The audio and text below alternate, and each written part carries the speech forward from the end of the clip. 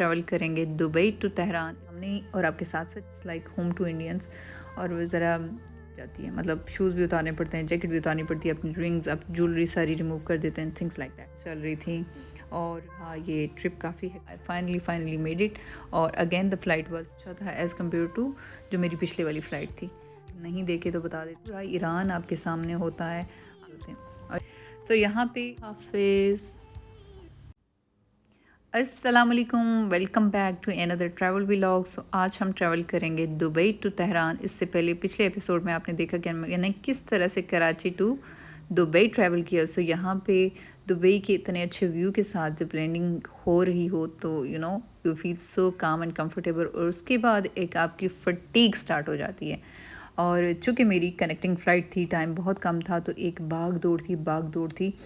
सो भाग दौड़ आपके सामने और आपके साथ साथ चलेगी। यहाँ पे बताती चलूँ, दुबई एयरपोर्ट का टर्मिनल 2 है और टर्मिनल 2 पे भी बहुत ज़्यादा रश होता है। बस एक अजीब ही फ़िश बाज़ार कह लें, फ़िश बाज़ार है और उसमें एक आपकी बड़ी ही स्ट्रगल होती है। बस भाग वाला सीन चल रहा होता है।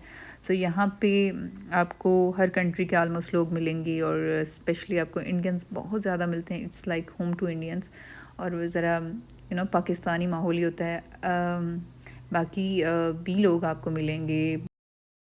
और यहाँ पे ये वाला पॉइंट जो टर्मिनल 2 का है, it's a sort of quite secure. यहाँ पे आपका कोई भी छोटी सी चीज़ है स्टील मेटल की, लाइक आपका बटन है, आपके शू का कोई बकल है, तो फिर मुसीबत पड़ जाती है। मतलब शूज़ भी उतारने पड़ते हैं, जैकेट भी उतारनी पड़ती है, अपनी रिंग्स अब ज्वेलरी सारी रिमूव कर देते हैं, थिंग्स लाइक दैट।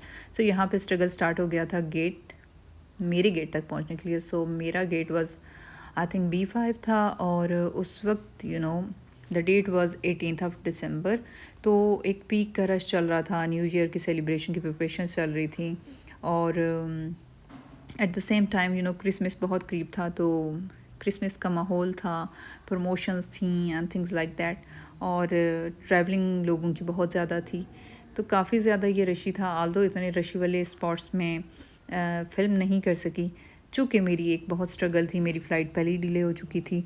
और बहुत लॉन्ग और हेक्टिक डे था। बीच बीच में कुछ ऐसी चीज़ें हुई कि जिन्होंने मुझे बहुत एनर्जेटिक कर दिया, बहुत अच्छा मैं फ़ील करना शुरू हो गया। अदरवाइज़ बहुत हेक्टिक रहा, ये ट्रिप काफ़ी हेक्टिक था। बट बस हार्डली मैं मैनेज कर सकी कि मैं नेक्स्ट फ़्लाइट तक पहुंच सकूं। और अल्हम्दुलिल्लाह आई मेड इट। यहाँ पे टर्मिनल 2 पे आपको डिफरेंट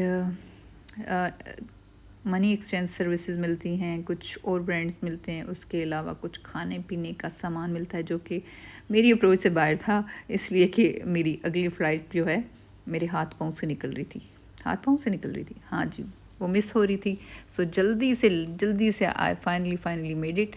और again the flight was fly Dubai. और फ्लाई दुबई का ये जो प्लान था, दुबई टू तेहरान, तो ये काफ़ी अच्छा साफ़ सुथरा था। सीट्स इसकी काफ़ी अच्छी कंफर्टेबल थी एज़ कम्पेयर टू जो हमारी फ़्लाइट थी FC336 from Karachi to Dubai. So वो देखा भी जा सकता है, जर्नली जो इसका एम्बियंस था वो ज़्यादा अच्छा था एज़ कम्पेयर टू जो मेरी पिछले वाली फ़्लाइट थी। बहरहाल माहौल बहुत चिल्ड था, इन द सेंस कि चूँकि तमाम ईरानी ही इसमें ट्रैवल कर रहे थे। और ऐसे नहीं था कि पूरे वाला प्लान ही फुली एक्यूपाइड हो। बहुत सारी स्पेस, बहुत सारी सीट्स ऐसी पड़ी हुई थी। और ईरानी, आई लव ईरानीज़, और उनकी लैंग्वेज की तो खैर क्या ही बात करनी। तो हाल शुमा चाहिए, शक्ल शुमा चाहिए, तो फिर चाहिए चल रही थी। और यहाँ पे बहुत ही अच्छा दुबई से ये टेक ऑफ की टाइमिंग्स आपने आई थिंक देख ली, और ट्रैवलिंग आवर्स भी आपने देख लिए। नहीं देखे तो बता देती हूँ।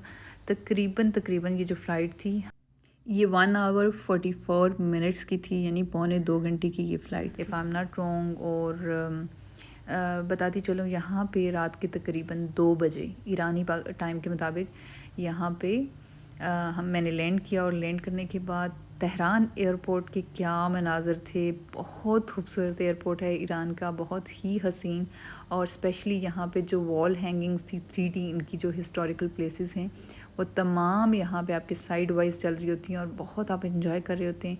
पूरा ईरान आपके सामने होता है, आप ईरान घूम रहे होते हैं। सो यहाँ पे लगेज कलेक्शन के लिए वेट किया जा रहा था और तेहरान एयरपोर्ट के ये सारे मनाजिर थे। बहुत खूबसूरत एयरपोर्ट है और उसके साथ यहाँ से चूँकि तेहरान से मैंने बाय रोड ट्रैवल करना था कुम तक, तो कुम तक का जो टोटल ट्रैवलिंग टाइम है वो 1.5 से 2 घंटे थी और रात के 2 बज रहे थे। सो मैं बहुत थक चुकी थी, इसके बाद मैं ज़्यादा शूट नहीं कर सकी। बट आप मेरे साथ जुड़े रहिएगा, इंशाल्लाह आपको ईरान का मैक्सिमम कल्चर दिखाऊंगी जो कि इंतहाई खूबसूरत है। मिलती हूँ नई वीडियो के साथ। रखिए अपना और अपने प्यारों का बहुत सारा ख्याल। खुदा हाफिज़।